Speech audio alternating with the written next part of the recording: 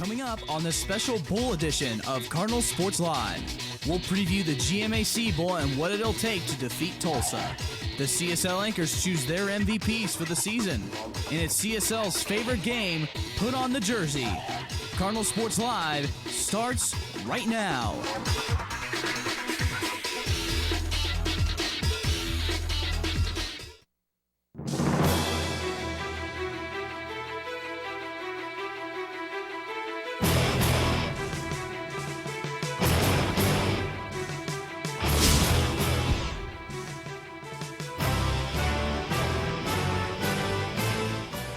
Good evening and welcome to the show that takes you beyond the final score in the post-game press conference. It's Cardinal Sports Live.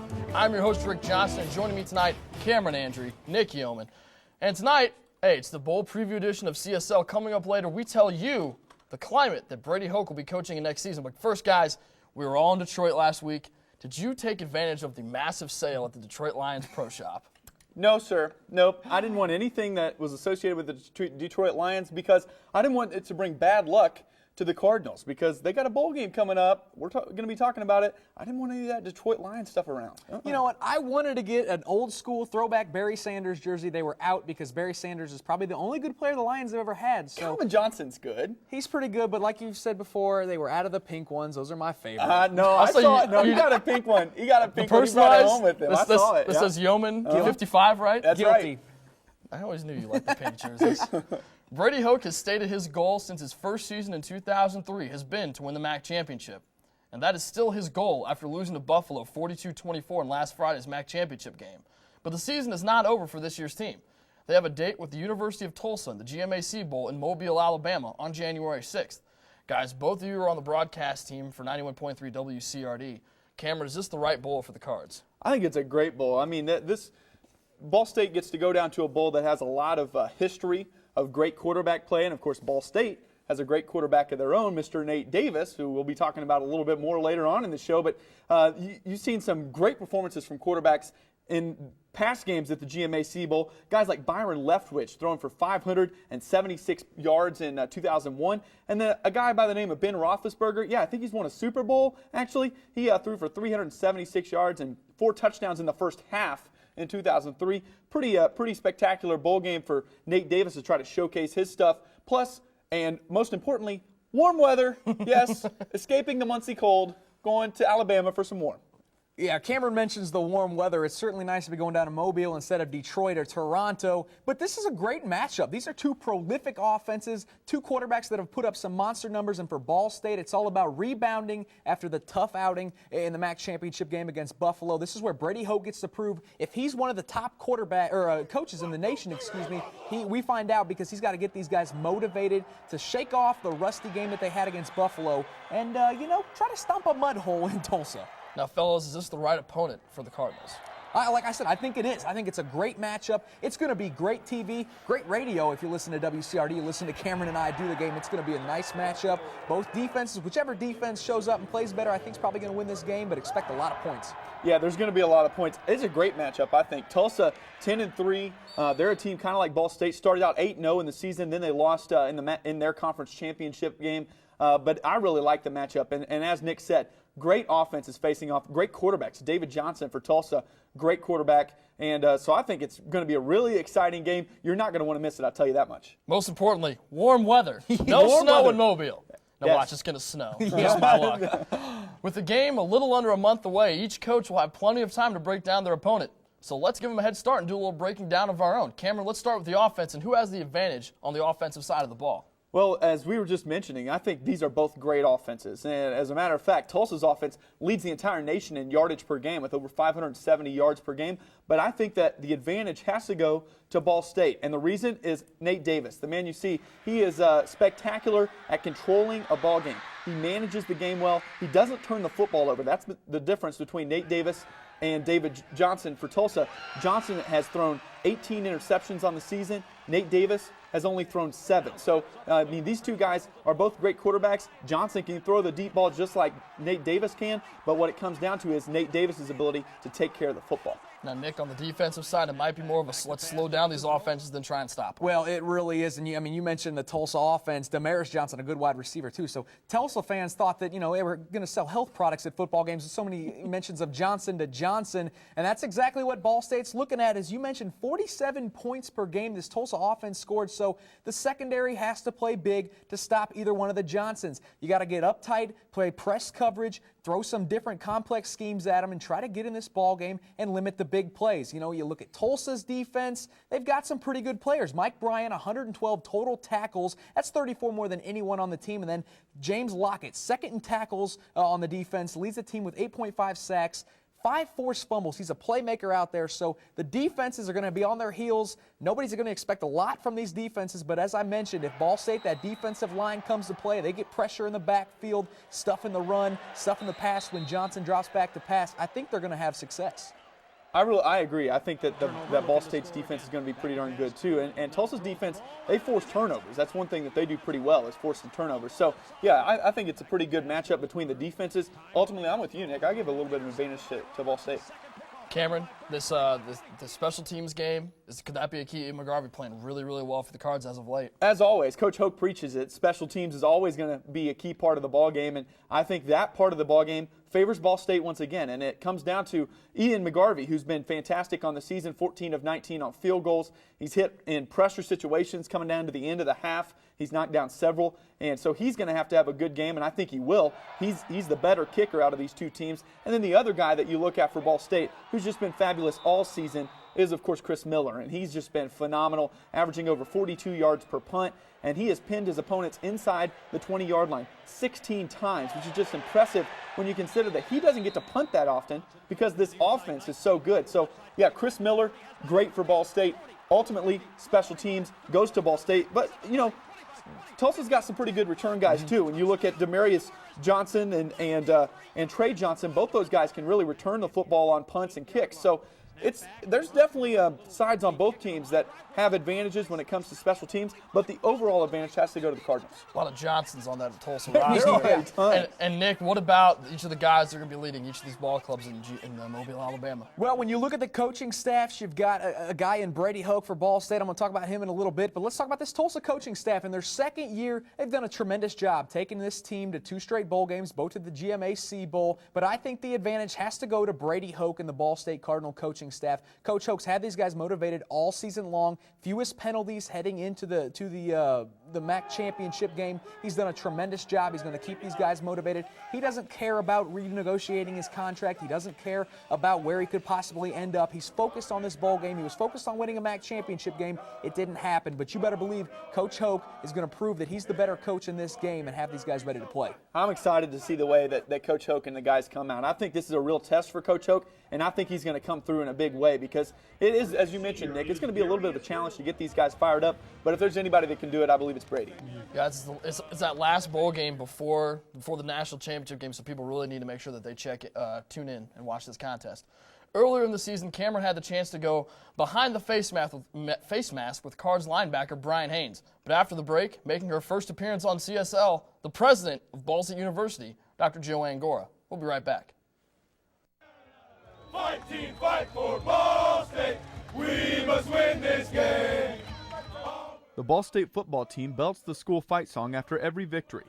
For senior Brian Haynes, the song represents more than just another win. It represents dedication and hours of hard work. After a win on the bus ride home, I think back to all the hard work that I've done and what's led us to get here. And I know that it's not over yet, so I gotta keep that in my mind. I gotta continue to work hard and have that same mentality every time I take the field. Let's go! Haynes and his fellow seniors are getting used to singing the fight song after every game. But earlier in their careers, victory celebrations were rare. From me and the guys who have been here for 5 years, having seen the darker side, I think that we can kind of, as leaders, kind of relate how that feels to some of the younger guys. It's no fun losing it, and all the guys know that, but none of them have really tasted it the way we have. So we make sure every day we come out here and practice and let them know that we're working to win. Haynes recalls when head coach Brady Hoke and defensive coordinator Mark Smith made a visit to recruit him to Ball State. It was then that the foundation for success was laid. I remember one thing that stands out in my mind to this day is they both came in and said, we're looking for tough guys. we're looking for guys who are going to put in the hard work and have that pay off. In the midst of one of the best seasons in Ball State football history, senior Bryant Haynes says it's important for the Cardinals to remember things weren't always this easy. It's come full circle, and it's meaningful to us because we were there for the hard times. So it feels right that we're here for the good times too. So things have really turned around, in our favor. And what we got to do is remember what got us here, and it's the hard work. And we have to be focused, we have to be determined, and most of all, we have to stick together. We have to be a team. Even so, picturing Ball State in the midst of an undefeated season was impossible for Haynes 4 years ago. I always knew that we had a good core of young guys that were going to continue to get better and better as years went by, and we have. We've stuck together, we've worked hard through the tough times, and I guess I never really foresaw something like this coming, but it's here now and it just feels great. Now Haynes hopes that he can leave his mark on the Ball State football program. When I walk in the hallway and I see the old champions on the walls, from years past, I want to be one of those teams up on the wall that other young guys see coming in, and they want to build to be like us. So I definitely want to leave a legacy. The sound of Bryant Haynes and the rest of the senior class's legacy will undoubtedly be the Ball State fight song. Cardinal and white, here's to our victory. So fight, fight, fight, fight, fight, yeah! Welcome back to CSL. Joining us live in studio, Dr. Joanne Gore, president of Ball State University. Dr. Gore, thank you very much for joining us tonight. Happy to be here, Rick. What is this football season meant to you as the president of Ball State University? It's been a season of tremendous highs and tremendous lows. The high of going 12-0 in the regular season, the low of not making it in the championship game, the high of beating IU at IU, the low of Dante Love getting hurt. So it's been a season of tremendous highs and lows and just been an exciting time for everyone. What has all this national attention meant to the university? We see, Ball State appearing on David Letterman's show every night on ESPN. What has that national attention meant to the university? Well, David has been talking about us after every game. And I timed one of those, 4 minutes on national television. That's pretty good. Of course, being 12th in the BCS polls was fabulous. In the AP poll, the first time really that a MAC team has been ranked that high in a BCS poll or in an AP poll has been phenomenal. So it has given us tremendous national recognition. I'm impressed. You know your football. I'm very impressed. You mentioned one of those lows, the loss of Dante Love for the season and really for his career. How proud are you of the student body, the way they've rallied around this team in that situation and supported Dante through this? I think all of us had our hearts in our throat when we saw Dante down on the field for what seemed like an eternity, and it was almost an eternity. It was close to 20 minutes. What has really been the exciting story for me is how the students have rallied around Dante, how the team has rallied around Dante, but even more importantly, how the freshmen and sophomores have really stepped up. And I think that's the untold story. That's the story that the press is not focusing on. Briggs Orsman, Daniel Ift, Sean Baker, these are freshmen and sophomores, and they have really picked up the pace and made it possible for this team to really have a fantastic season. The effect of the football team's success on alumni donations, what's that been like? Obviously, with David Letterman, 4 minutes of commercial on national TV is just like, you couldn't even pay for that. You just couldn't even price it. So what's it been like to gain that kind of exposure, and also the donations from alumni that have seen our success?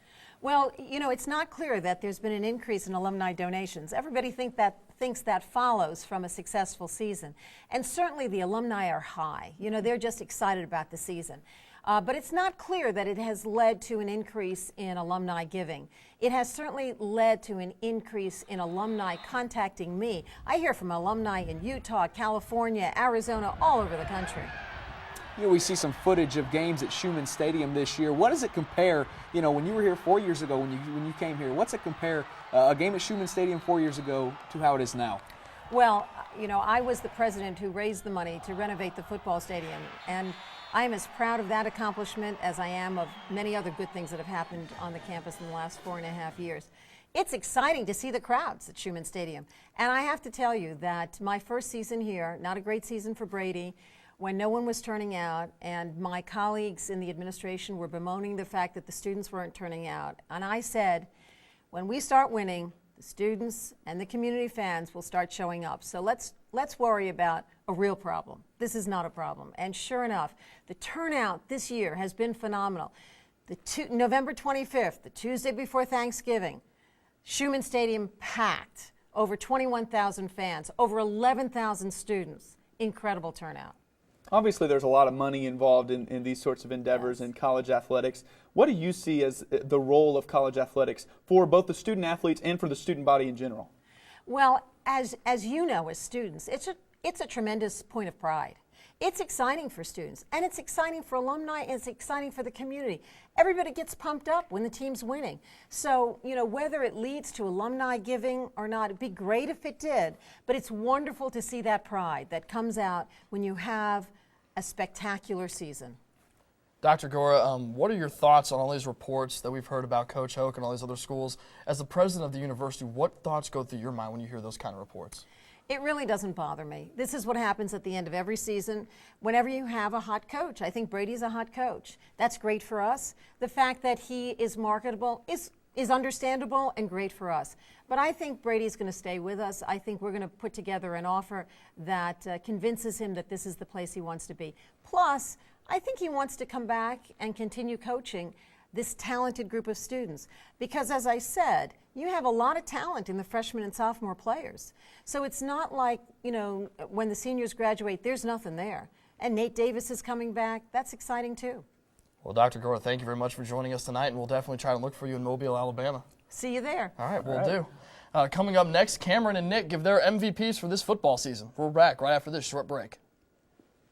Ball State Athletics. Game on.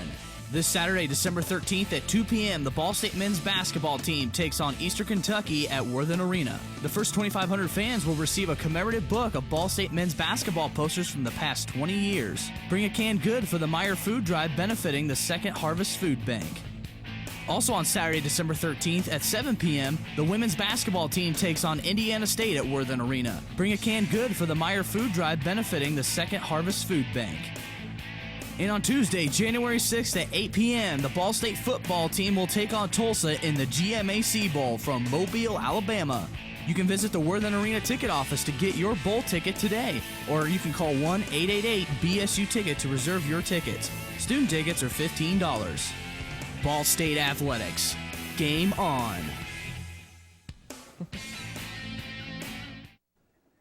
Well, you know, since it's the end of the year, it's time to hand out some postseason awards. So it's time for Cameron and Nick to hand out their MVPs for this year's Cardinal football team. And Cameron, we'll start on the offensive side of the ball. They score all the points, get all the love. Who's your offensive MVP? I mean, is there really any question here? I really don't think so. I think it's got to be Nate Davis, of course, the quarterback for the Cards. He's just been phenomenal. He's been phenomenal since he set foot on campus 3 years ago, and he had just a great season. He threw for, 3,400 yards. He was on the target all the time. He was doing it with his feet. He ran for almost 300 yards. You take a look at the statistics, completed over 65% of his passes, 26 touchdowns through the air, and only 7 interceptions. That's really the stat that sticks out because he's been so effective at not turning the football over. He's just been phenomenal.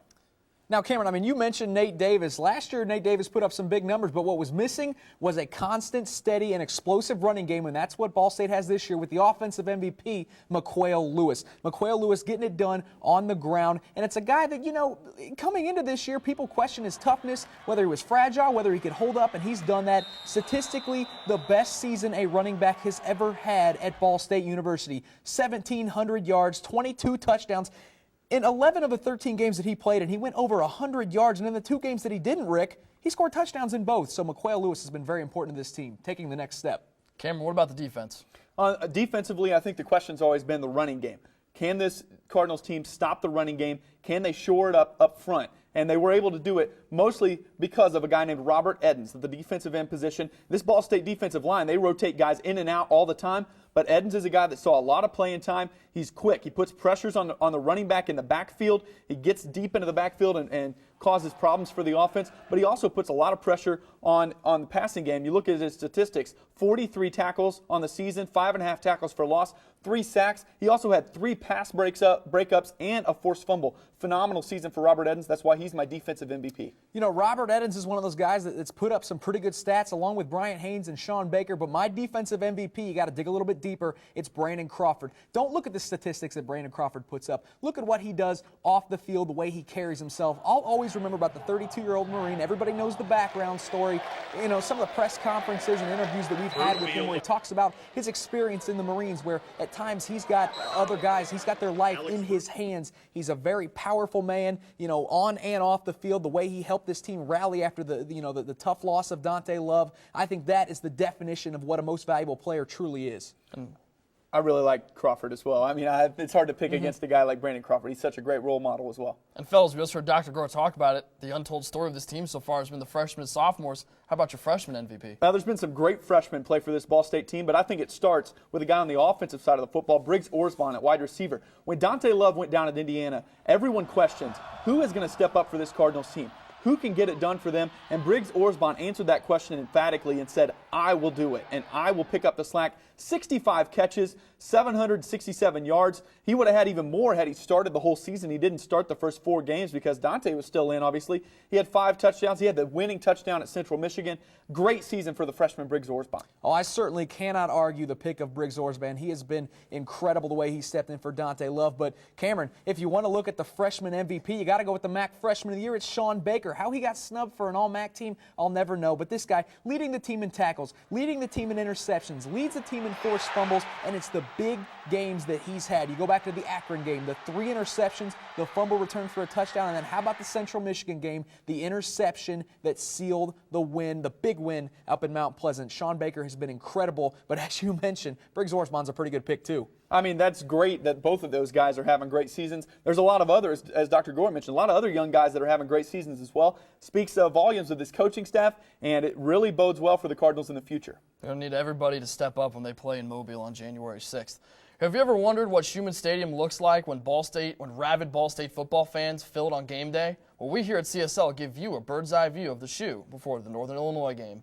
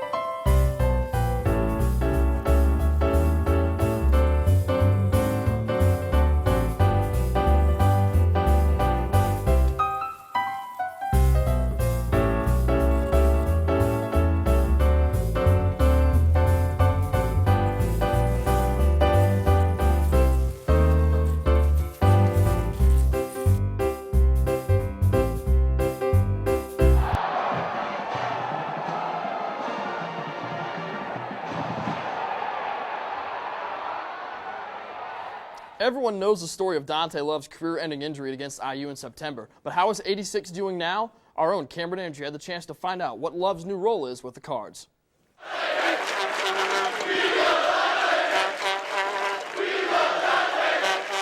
It was a moment the Ball State football team and its fans had been waiting for, the return of Dante Love. So when the injured star receiver walked onto the field as an honorary captain for the Cardinals game against Northern Illinois, fans of the Cardinal and White showed their love for number 86. Love had his football career ended by an injury to his spine 2 months ago in a game against Indiana. Since that time, his team has continued to win. But after the Cardinals' 45-14 victory over Northern Illinois, it was obvious the team had regained a vital part, perhaps a bit of love. To have that kid back here in Muncie and have him back around this team, and it's special for all of us. Definitely seeing him on the field gave us a major boost. I told myself and a couple of my teammates, I was like, as soon as he comes back, that team we play is going to be in trouble. because, you know, we're going to play with his fire and his spirit, and, you know, knowing that we have him on the sideline is going to ignite us. Love spoke to the media for the first time before their Northern Illinois game. He shared the hardships of the injury and its aftermath. It was tough. I never been a quitter. You know, I always wanted to be a guy to win, or that's just me. And I really thought that I was going to quit. I wasn't eating. I couldn't walk. I couldn't really move on my own. I couldn't, you know, reach to get the remote or anything. I just was staying like this for, you know, weeks. And I really thought that I was going to give up. But then one night I prayed and I asked for strength and I needed help, but I wasn't going to be able to do it by myself. And like that next day was the day when I was in the hospital and they got me up and I was able to walk down the hallway and come back. I mean, it was hard, and I mean, a lot of people would give up, you know what I mean, but I was just trying, and I had a lot of support from my coaches, my family, and it really helped me to, you know, keep pushing. After seeing Love on the field before the Northern Illinois game, senior wide receiver Lewis Johnson had a career game with 6 catches for 165 yards and a touchdown. He said he played in the spirit of his injured friend. Oh yeah, it's always put a big smile on your face, but I just want to play like Dante Love. I mean, he played aggressive, fast, and perfect. I said it again, and I just try to play with his spirit, and that's how I try to play, watching him on film. Now Love says his role has changed from an explosive playmaker to another set of helpful coaching eyes. Now I'm just really sitting back and watching. If I see, you know, a young guy do something wrong, I might, you know, bring him to the side and tell him. But for the most part, I kind of want them to come up to me because I don't want to be like the player that's hurt, that know it all now. You see what I'm saying? So I'm just kind of like relaxing and just letting them come to me with questions. Even though Love will not make any more plays on the football field for Ball State, he's sure to remain in the hearts and minds of his teammates as they push for an undefeated season.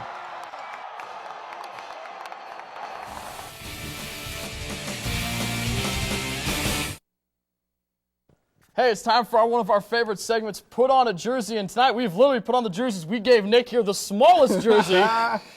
Number 15. I'm having trouble breathing, but I was an offensive lineman in high school, quarterback tonight. All right, Nick, you are stud quarterback Nate Davis. In the post-game press conference last Friday, you said you're coming back for your senior season. Will you be throwing touchdown passes in Muncie next fall? Oh, you heard what I said after the press conference, right? I said I'm going. No, I'm going. I'm going to the pros. NFL, here I come. Chicago Bears, look out. I'm going to be your next quarterback. Listen, you know what? College football was great. I'm glad what I did to my team, or did what I did for my team, but it's time to move on. It's time to go to the next level and prove what I can do in the NFL, Cameron. No, I'm Nate Davis, and I say I'm a man of my word. I said I'm sticking around, and I'm going to stay. I said I wanted to win a MAC championship. I didn't do it this year. Wait till next year. I'm going to be back in Muncie. I'm going to be wearing the Cardinal and white, number 13. One more year. Chirp, chirp, baby. Number 13 is coming back. All right, quickly, Cameron, you're Coach Brady Hoke. What climate are you coaching in next year? Right here in Muncie. The nice cold weather of Muncie. And I'm going to go down to the Auburn on September 26, 2009. I'm going to tell them, you wish you had me, but the Cardinals still have me.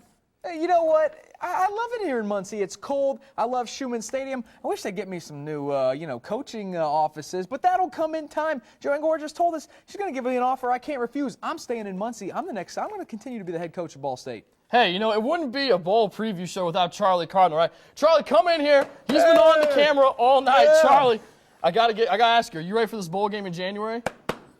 I need a prediction. Ball State's going to win? Big? Big. He said you're going to win big. All right, boys, are they going to win big? Oh, yeah, I think you're going to see a lot of points. Ball State offense gets it done. I think it's going to be close, 48-44. Cards win. All right, from the whole CSO family and Charlie Cardinal, thanks for watching tonight's show. We'll be back in January. Have a great holiday season. Good night, everybody. We are Ball State Sports.